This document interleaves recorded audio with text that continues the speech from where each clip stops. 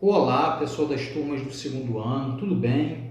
Bom dia, boa semana para vocês.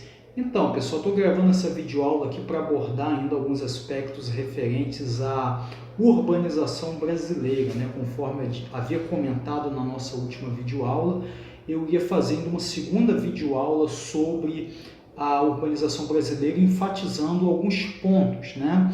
Esses pontos principais que eu vou falar aqui hoje, para ser mais claro o objetivo, se referem à questão da rede urbana brasileira e da hierarquia urbana brasileira, né?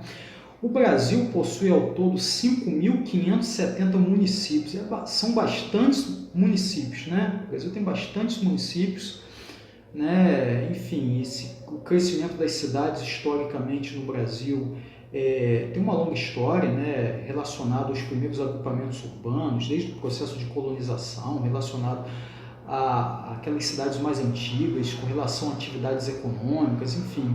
E aí os grandes núcleos urbanos foram crescendo ao longo dos séculos, né? No século XIX para XX tinha o Rio de Janeiro como a grande cidade brasileira, né? São Paulo expande de uma maneira impressionante no decorrer do século XX, relacionado sobretudo à cafeicultura, se torna a maior cidade do Brasil, né?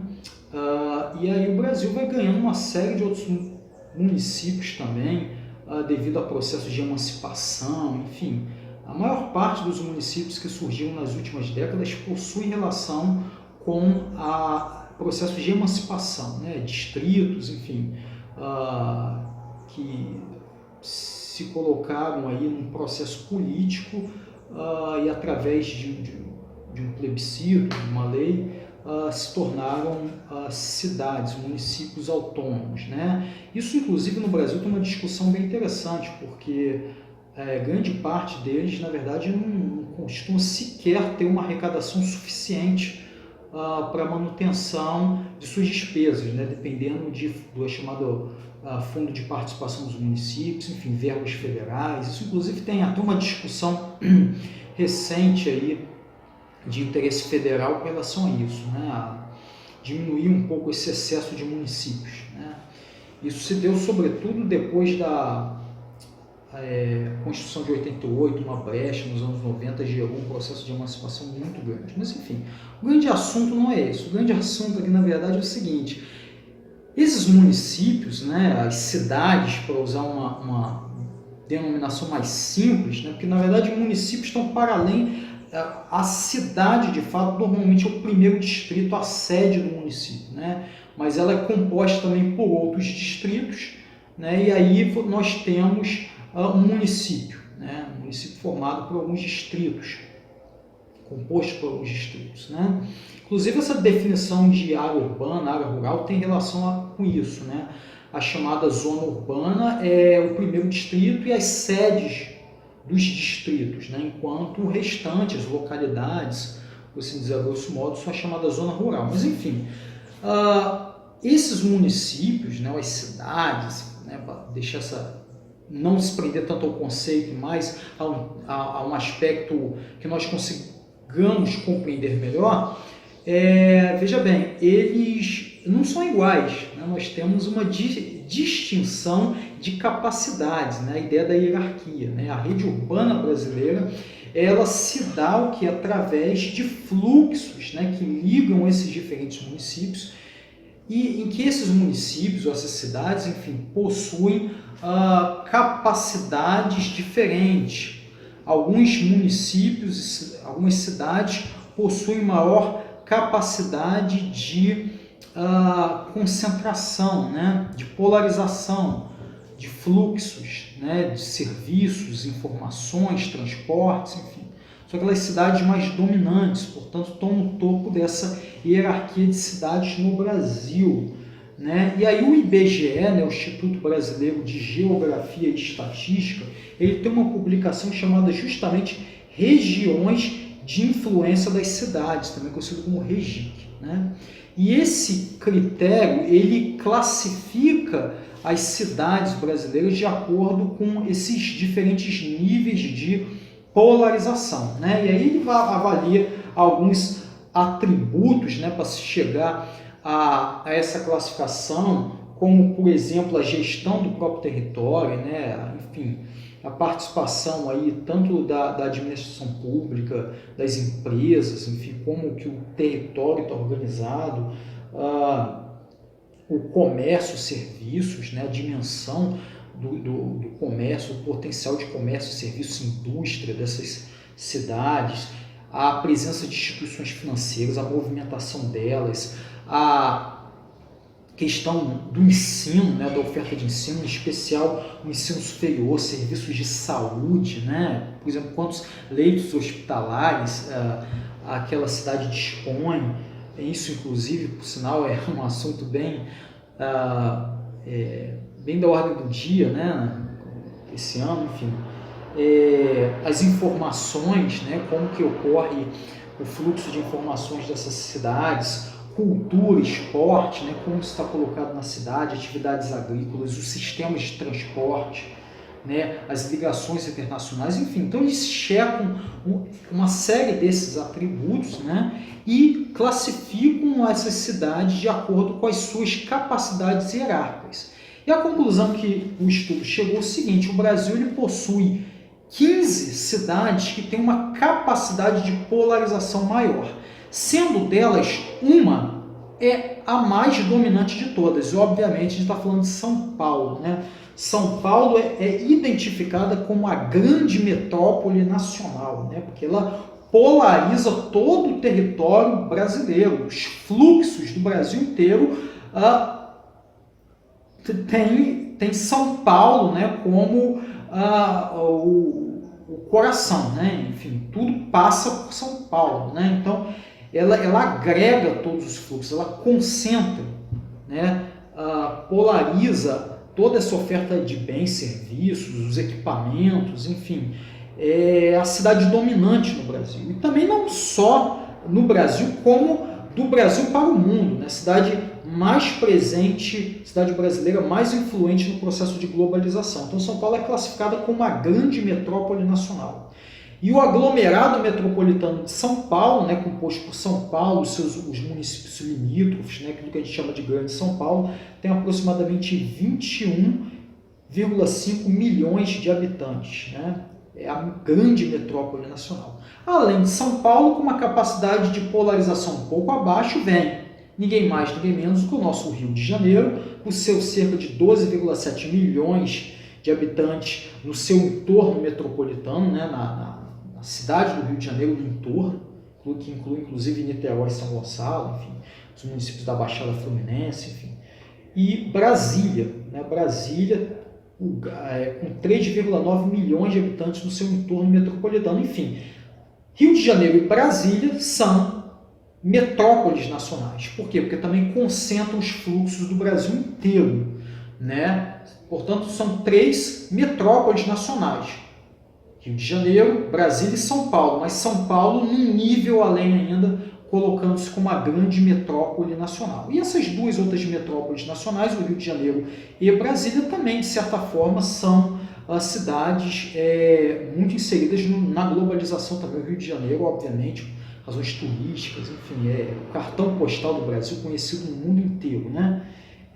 Enfim.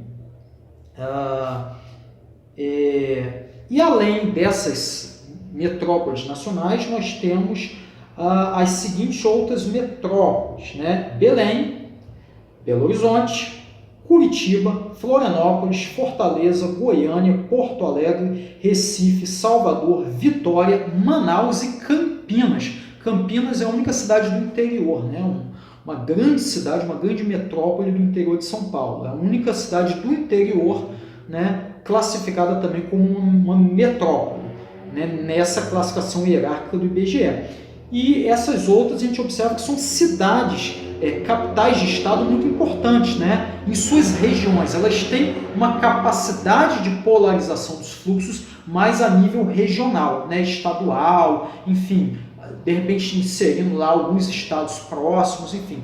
Mas não tem uma polarização a nível nacional como São Paulo, Brasília e Rio de Janeiro. Ok? ok? Mas são cidades, sem sombra de dúvidas, importantes. A mais populosa dela, falando enquanto aglomerado metropolitano, é Belo Horizonte, Minas Gerais, com 5,2 milhões de habitantes, né? E na média elas têm cerca de 3 milhões de habitantes, sendo Florianópolis, dessas aí que possui a população, a grande Florianópolis, possui uma população um pouco menor de cerca de 1 milhão de habitantes. Enfim, essas são as metrópoles. Abaixo delas vem as chamadas capitais regionais, que não necessariamente tem a ver com capitais, tá, gente? Aqui o que a gente está falando é a capacidade de polarização que essas cidades têm, né? O quanto elas atraem fluxos, né? O quanto elas são, por assim dizer, dominantes, né? O nível de integração que elas têm, que elas possuem, né? Então, classificadas como capitais regionais, tem 97 cidades ao todo no Brasil, né? E essas cidades são subdivididas em níveis A, B e C. As chamadas capitais regionais nível A são 9 cidades, com uma média de variando entre 800 mil a 1,4 milhões de habitantes. É a média de população dessas cidades, né? Entre elas, a maior parte delas, elas são capitais, outras capitais menores, né, menos influentes, e a maioria delas no centro-oeste e no nordeste, né?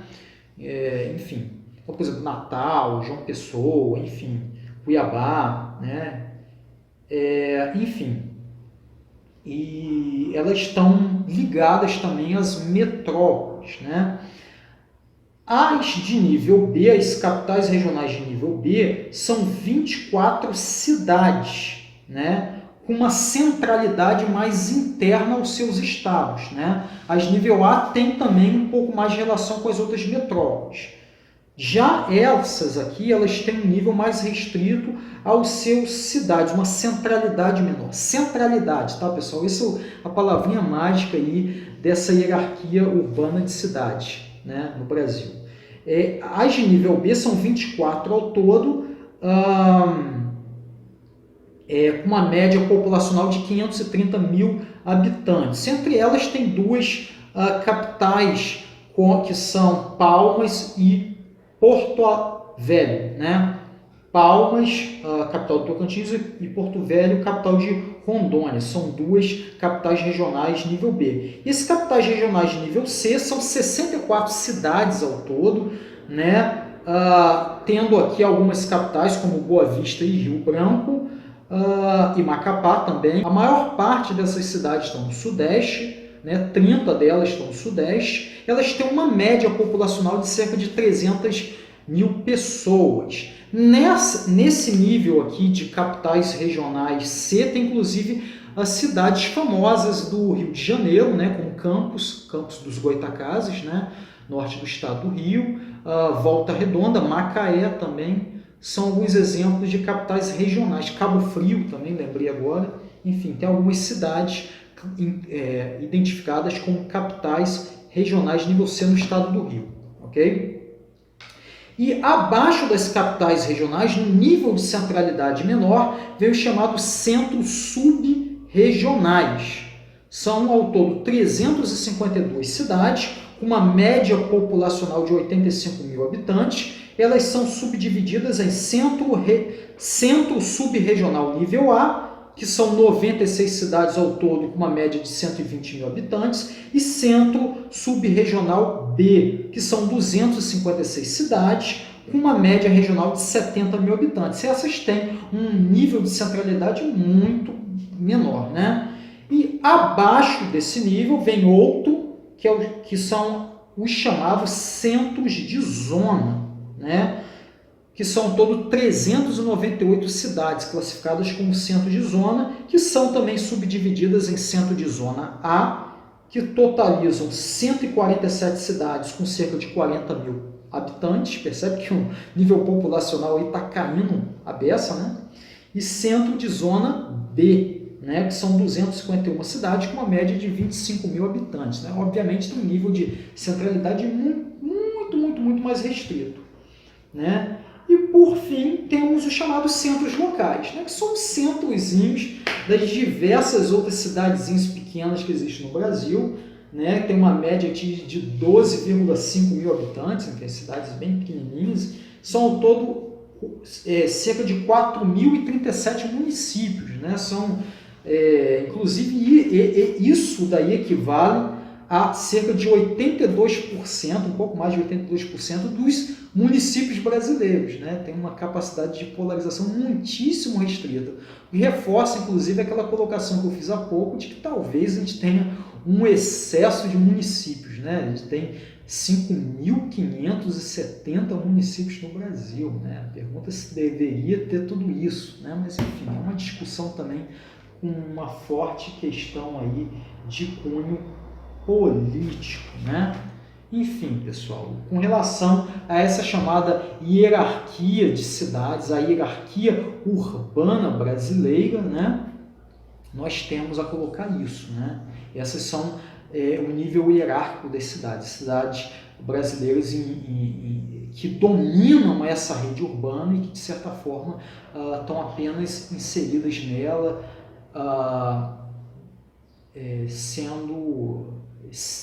enfim, tendo uma capacidade de polarização muitíssimo restrita.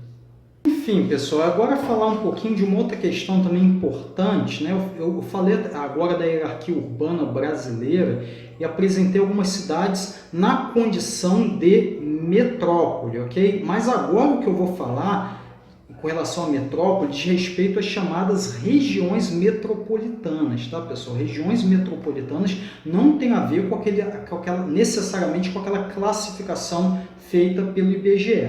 A região metropolitana é o seguinte, elas foram criadas pela Lei Complementar 14, de 8 de junho de 1973, num contexto, né, que o governo militar na época entendeu como sendo estratégico. O Brasil estava se urbanizando, né, mostrando claramente uma tendência à urbanização e fazia parte dentro do planejamento estratégico pensar a questão também da gestão do território, né? E o que acontece? Uma característica justamente da metropolização, como eu já falei em aulas passadas, é justamente a conurbação, né? Os municípios, a malha urbana vai ficando contínua e integrada. Então, o que acontece? Muitas das vezes é necessário uma gestão mais eficiente, uma gestão comum entre as municipalidades. E naquela ocasião foi feita a região definida as primeiras regiões metropolitanas do Brasil. Naquele período se referia basicamente a importantes capitais brasileiras, né? E a lei definiu as regiões metropolitanas como sendo, percebem que é bem claro essa ideia da conurbação, né? Um conjunto de municípios contíguos e integrados socioeconomicamente a uma cidade central, com serviços públicos e infraestrutura comum. Ou seja, aquilo que eu já falei em aulas passadas para vocês. A gente tem uma grande cidade tipo Rio de Janeiro, e aí conurba-se com os municípios da Baixada Fluminense, com Niterói, com São Gonçalo, enfim. Vai se criando ali todo um grande aglomerado metropolitano, e aí, obviamente, o quê? Muitos dos problemas eles começam a ter uma característica mais comum e, portanto, necessitam de uma administração mais conjunta entre essas diferentes municipalidades. Então, essa é a lógica da chamada região metropolitana. E quando foi criada essa lei, né, no Brasil, se criou as regiões metropolitanas principais, né? Que justamente São Paulo, Belo Horizonte, Recife, Salvador, enfim, essas eram as regiões metropolitanas principais, né? Fortaleza, enfim, o Rio de Janeiro no ano seguinte, em 74, porque na época o Rio de Janeiro ele tinha a questão da fusão, né, do antigo estado da Guanabara com o estado do Rio de Janeiro. Isso é um assunto que eu abordo no terceiro ano, mas enfim, né, eram 9, né, aqui está o dado preciso, eram 9 as regiões metropolitanas criadas naquela ocasião, né, a ocasião de 73, né, São Paulo, Belo Horizonte, Porto Alegre, Curitiba, Salvador, Recife, Fortaleza, Belém e aí no ano seguinte, 74, Rio de Janeiro, né? Era justamente por essa necessidade de política de integração territorial, o país se urbanizando, e aí tinha justamente isso que eu estou falando aqui, a questão dos municípios estarem contíguos, integrados socioeconomicamente, tendo problemas comuns, necessitando de uma administração mais conjunta, que naquela época, pelas características do governo da época, também tinha uma centralização federal significativa, tá? Mas enfim, tinha uma participação, né, da União muito significativa. Mas enfim, nessa ocasião foram criadas essas regiões metropolitanas, né? Mas o que a gente tem observado, né, que posteriormente, para ser mais específico, nas últimas décadas, após a Constituição de 1988, que colocou uma questão nova ali, que foi o quê? A autonomia dos estados na criação das regiões metropolitanas e também no estabelecimento dos critérios para a definição das regiões metropolitanas, né? E aí, assim diz o texto na Constituição Federal, né, o artigo 25, inciso 3. Os estados poderão, mediante lei complementar, instituir regiões metropolitanas, aglomerações urbanas e micro-regiões constituídas por agrupamentos de municípios limítrofes para integrar a organização, o planejamento e a execução de funções públicas de interesse comum. Ou seja, foi dado aos estados a autonomia na criação dessas regiões metropolitanas. E aí, mais regiões metropolitanas foram surgindo no Brasil, algumas até, de certa forma, bem coerentes, porque a gente está falando de áreas metropolitanas de entorno de capitais importantes, né? Só que o que a gente tem observado nas últimas décadas é que tem surgido em muitos estados um excesso de regiões metropolitanas com critérios até muito discutíveis, como, por exemplo, tem chamado muita atenção, até li um artigo, né? Fiquei um pouco interessado nessa aula, que na verdade eu gosto um pouco desse assunto, tenho uma certa curiosidade. Aí fiz um levantamento aqui, achei um artigo, ele já é um pouco antigo, ele é de volta de 2012, lembrei o ano exato, 2012, e ele falava muito com base naqueles dados de 2010, por ali do censo do IBGE, enfim, naquela época o Brasil já estava com 36 regiões metropolitanas, e isso já era muito. E pelo que eu verifiquei por alto agora, também não dá para ser muito preciso nesse dado, já seriam hoje algo em torno de 74 regiões metropolitanas. Quer dizer, os estados estão criando, assim, a base de critérios bem discutíveis. E o caso de Santa Catarina chama muita atenção. Tem muita região metropolitana lá, em cidades, inclusive, pequenas. Municípios de 200, 300 mil habitantes, com mais 3, 4, 5 municípios vizinhos, ali é uma região metropolitana. Isso é um pouco discutível, né? Os autores desse artigo até comentavam. Tinha um critério, por exemplo, de ter um aglomerado com mínimo de 1 milhão de habitantes, poderia ser um critério mais preciso, né?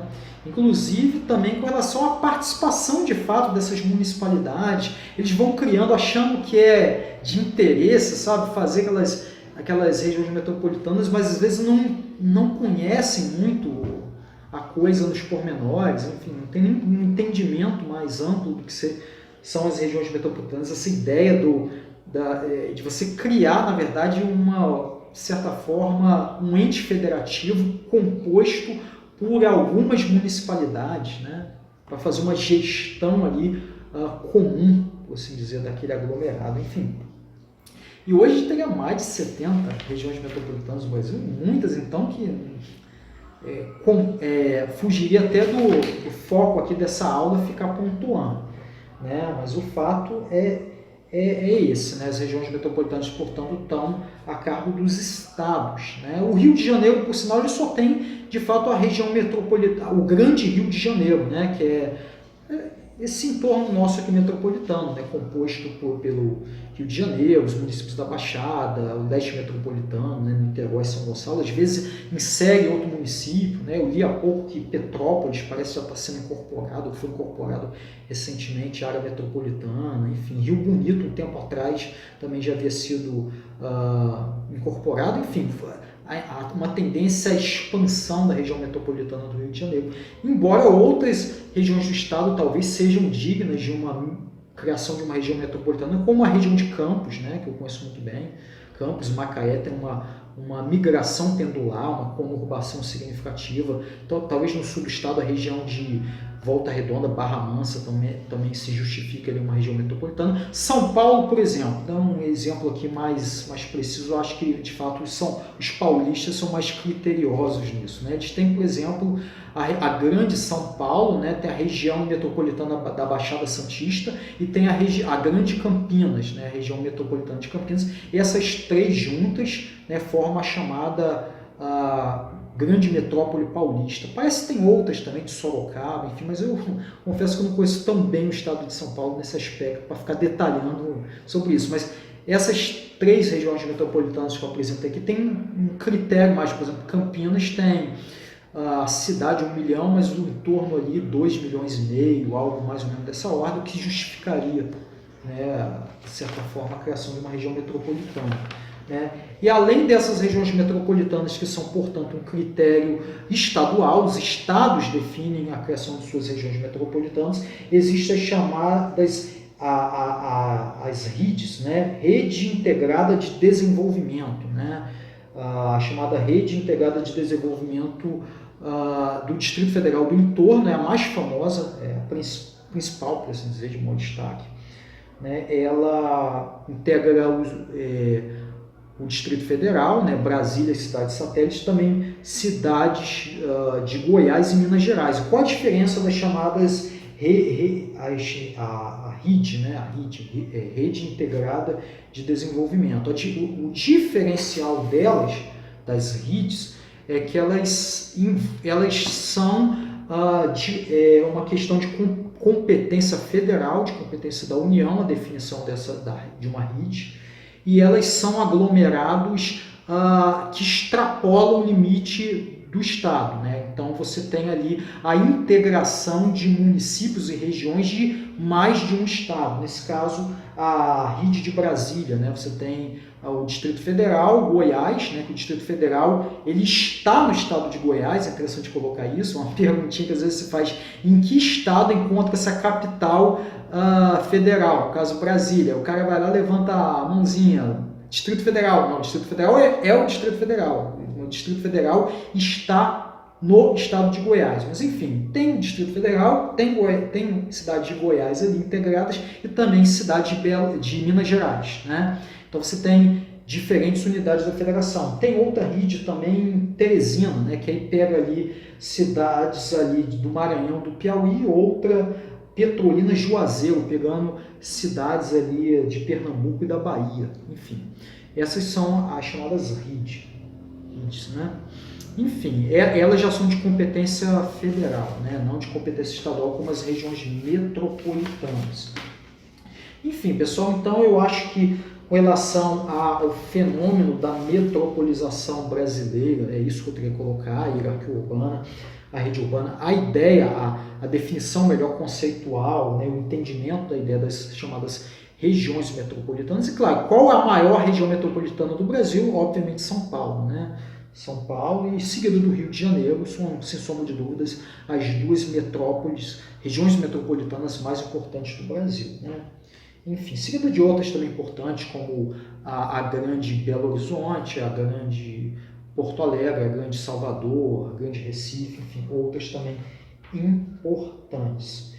Agora, uma outra colocação que eu queria enfatizar, né, que é interessante com relação à rede urbana brasileira, a urbanização brasileira de uma maneira geral, é que essas grandes regiões metropolitanas, essas grandes metrópoles brasileiras, como São Paulo e Rio de Janeiro, por exemplo, são, de certa forma, hoje já em grande medida inchadas, né? Elas cresceram exponencialmente por alguns fatores, mas a questão econômica, a industrialização foi muito decisiva, né?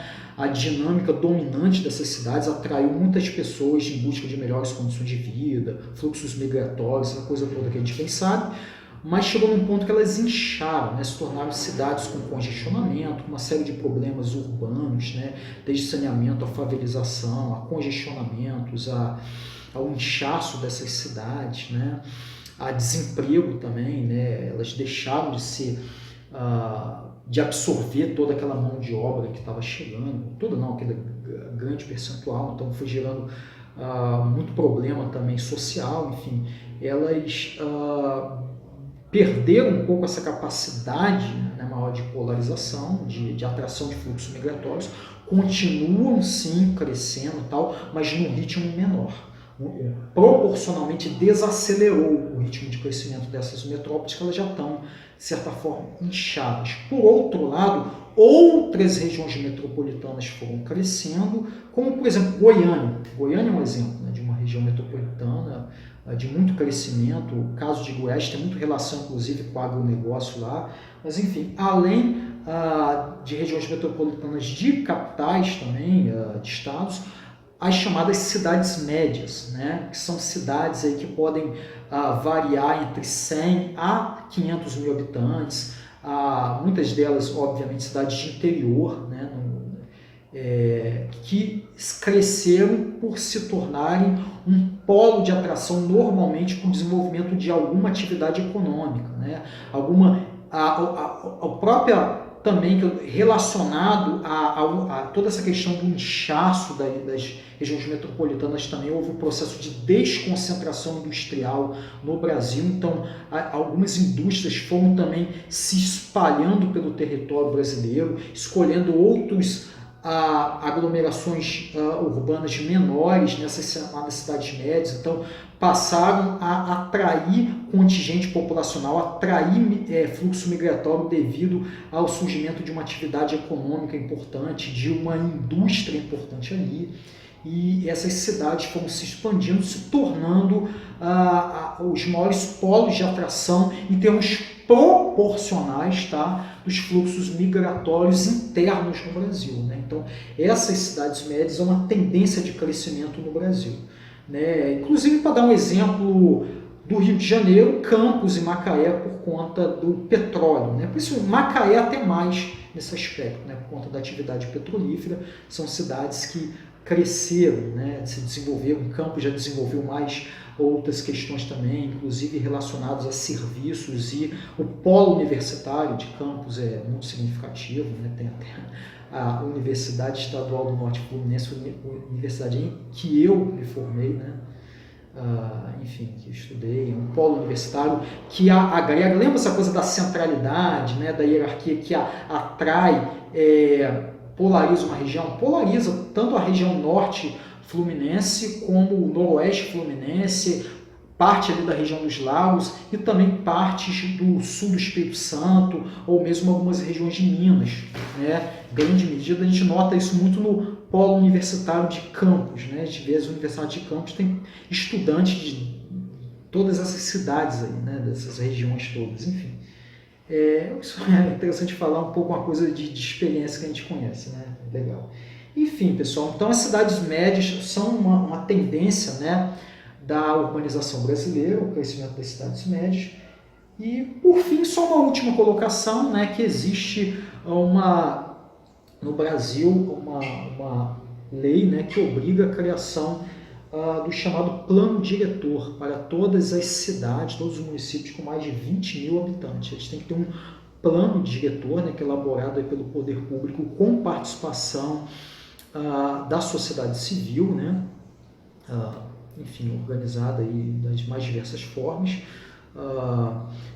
na elaboração desse plano diretor, que de certa forma, é como o espaço urbano vai ser organizado, né, questões até mais técnicas, zoneamento da cidade, enfim, o que pode, o que não pode, código de posturas, enfim, definição de uma série de aspectos com relação à gestão do território são definidas e coladas no chamado plano diretor. Por exemplo, se a cidade ela pode ter até, sei lá, edificações com até uma determinada quantidade de andares, enfim, coisas assim, as mais diversas, onde você vai colocar, por exemplo, indústrias, né? Enfim, uma série de regulamentações, e existe, né, o chamado, essa obrigatoriedade para municípios, para cidades com mais de 20 mil habitantes, a elaboração do plano diretor, né?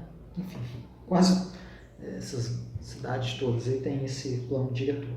É justamente o quê? Para tanto o poder público e a iniciativa privada organizarem melhor a oferta de bens e serviços à população, enfim, a gestão do território. Ok? Enfim, pessoal, acho que já falei demais, já me alonguei demais, então esse é um aulão geral aqui que pega uma série de aspectos importantes da urbanização brasileira. Assim eu fecho essa parte de urbanização, né? Espero que vocês tenham gostado. Vamos acompanhar todas essas videoaulas, os conceitos de urbanização. A videoaula anterior também que eu falo sobre urbanização brasileira, enfim. E aí depois a gente dá prosseguimento abordando aí os próximos tópicos, que agora a gente vai falar de espaço agrário, né? Da parte do espaço, do meio rural, por assim dizer. Enfim, pessoal, então é isso. Espero que vocês tenham gostado. Tudo de bom. Boa semana a vocês. Bons estudos. Tchau, tchau. Até a próxima.